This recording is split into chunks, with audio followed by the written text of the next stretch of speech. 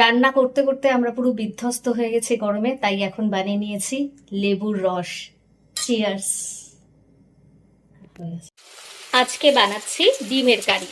তো সবার প্রথমে কড়াইতে তেল দিয়ে সামান্য জিরে, শুকনো লঙ্কা, তেজপাতা দিয়ে পেঁয়াজগুলোকে ভাজতে বসিয়ে দিয়েছি। সামান্য নুন দিয়েছি যাতে তাড়াতাড়ি নরম হয়ে যায়। আর এখানে ডিম আর আলু ভালো করে ভেজে নিয়েছি। এর মধ্যে দিয়ে দিয়েছি আদা রসুনের পেস্ট, সামান্য লঙ্কা গুঁড়ো, জিরে গুঁড়ো, আর তার সাথে চিনি আর টমেটো। এবার মশলাটাকে ভালো করে তেল ছাড়া অবধি কষিয়ে নেব। এখানে মশলা কষে যাওয়ার পর দিয়ে দিয়েছি আলুগুলো। আলু দেওয়ার পরে জল দিয়ে দিয়েছিলাম, ফুটে গেছে। এবার ডিমগুলো দিয়ে দিচ্ছি।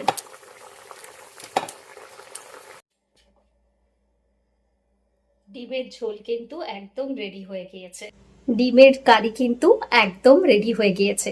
তো চলুন ঝটপট করে এখন লাঞ্চ থালিটা সাজিয়ে নেওয়া যাক।